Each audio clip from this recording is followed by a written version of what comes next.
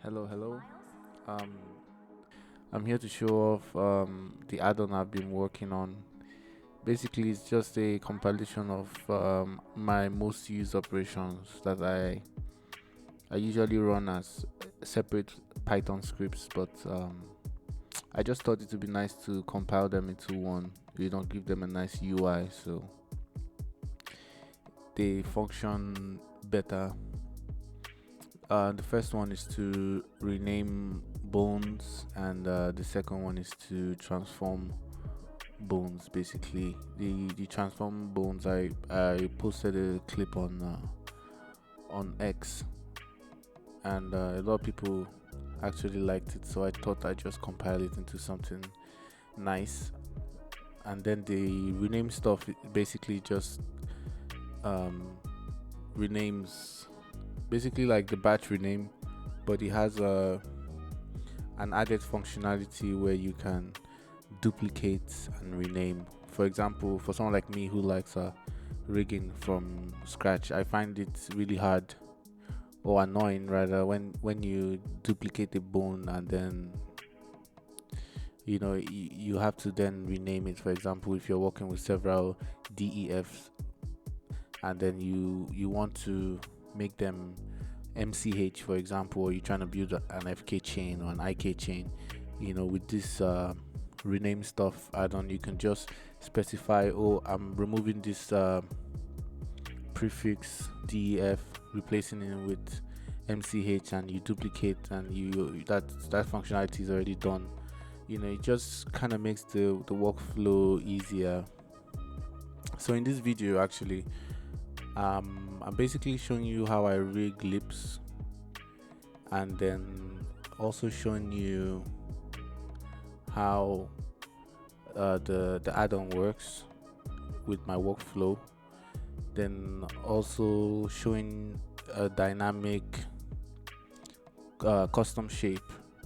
I posted that on Twitter as well, and a lot of people wanted to know how that works. So I just just threw together this mini tutorial to showcase all of that functionality. Nothing really serious.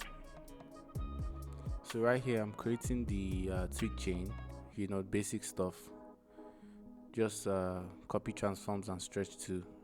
Usually I use dam tracks, but I'm trying to keep the DEF bones parented to each other. So I use the copy transforms and a stretch to. If you're trying to create a game ready rig, these are part of the things you should do when you're building your foundation, to keep the parenting structure done, uh, organized rather. So you can build off that.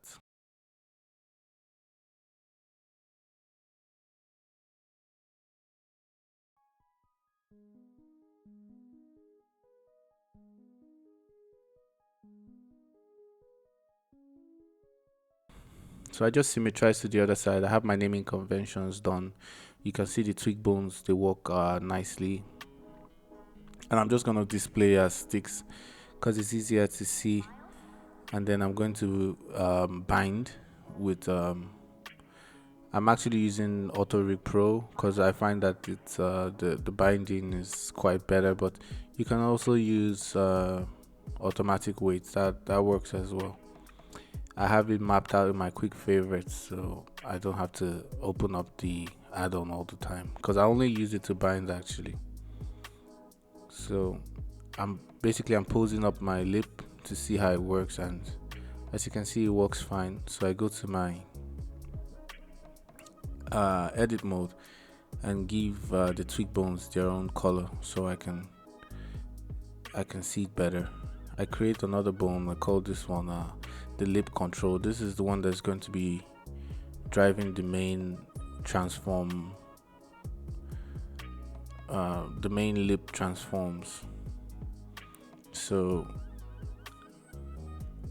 you can see they only have location transformation, no rotation on them, and then if I select them all, you can see that they all have location transforms on them. No rotation or scale, just transforms. This is another add-on I use. It's called the Bone Widget add-on. It's free, I think, and I'm just using it to change the widgets on the tweak bones so you can see them better. Just a basic sphere, as you can see here. And then my controller, I'm just going to change it to a basic arrow, double-sided.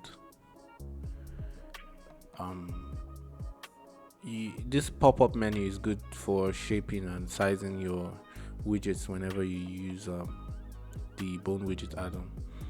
So you can see I moved it on the Y location, +1, and that's the transform I'm going to be using to drive the transformation constraint. So if I go to my add-on, the transform stuff, you see I created the name, I called it smile. I set location to location on Y. My max is 1 because it's on positive. I apply to selected, I select them all, and I create constraints. Now I checked swap min and max, and as you can see, the min and max is swapped. I wanted to show you guys that you can swap min and max, because this is some issue we run into, especially when using transformation constraints, when you set it up and your min and max are alternated, so your transformations moved in the mirror direction. So with this add-on, you can immediately just select and swap. I have a shortcut to clear or transform. So after you run the operation and you create the constraint, it's always good to clear the transformations once you've recorded them. Otherwise, you have like weird, you have like overextending transforms. So in case you're following along, that's what I'm doing. So right now I'm trying to create the rotation, trying to create another transformation, and I just use the bounding box to rotate the lip to the left side, and I'm selecting all the bones, making sure they're all color coded, because if I use Shift G, I can select group based on colors, so no need to select all the bones at the same time. So if you check, this axis is location to location as well, but on the x-axis, as you can see, it works fine. But these bones also have rotation applied to them, so I'm going to swap out to rotation, call this lean rotation, and create the constraint as well. So now we have rotation and location motion happening when I move to the other side. So you see lean rods, right? And now if you pay attention, you see that the ranges are not normalized. What that means is basically I'm just moving on one side. I want a situation whereby if I move left and right, that's -1 and 1 and +1, the transformation is mirrored to the other side. So I'm just going to normalize the range. So another function I have here, and if you check the transforms, you can see it normalizes them already by creating a negative or positive value depending on what is already recorded. And if you notice, we might have some weird ass transformations here, but that's just because the rotations don't necessarily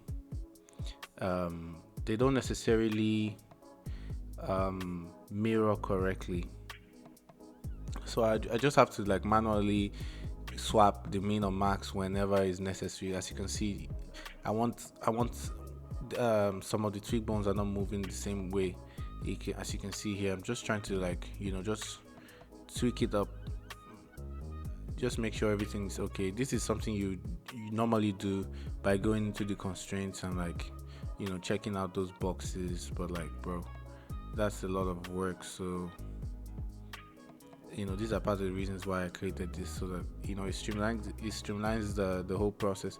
You see, I've not even gone to the constraint section. All I'm doing is just from the add-on alone, because I know what I'm doing.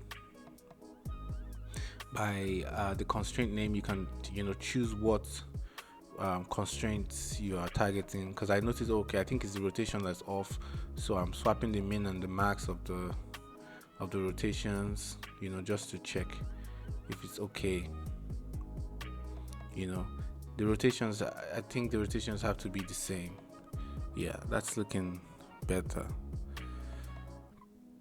So I also want to swap the min and the max of the smile, so that way when I move it downward I get a frown. So I go shift G again, specify the smile, and then I swap that. As you can see, it's symmetrized. I'm just making sure everything is okay.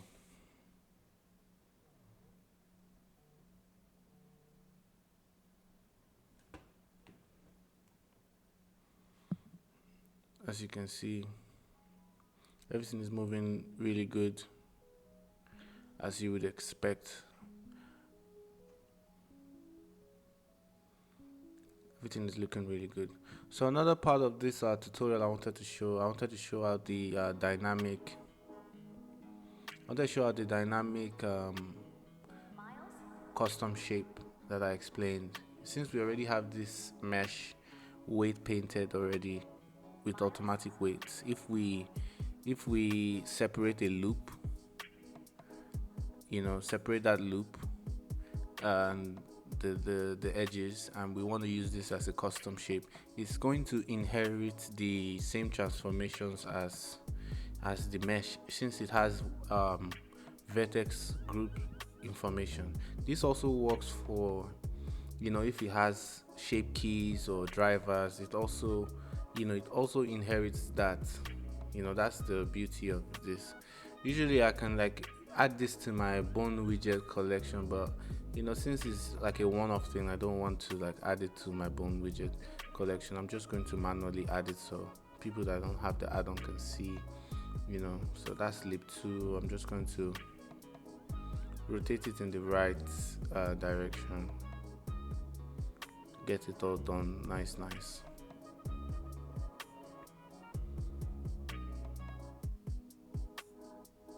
And as you can see, it responds to the transformation because it has the same weights as the mesh that is being transformed, which is really smooth. I just figured this out recently when I was doing another project. I stated on Twitter as well. As you can see, it moves really nice. It also responds to the tweak bones.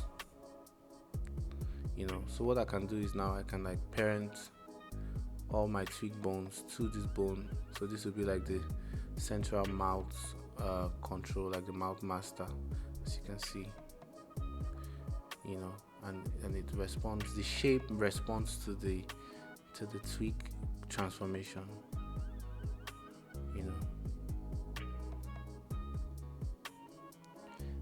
I'm just trying to select it and add the subdivision surface because I need it to be a bit smoother than it is. Just one is fine. So if I go back to pose mode, you can see it moves with the mouth, and then if I go to render preview, you see how nice that looks.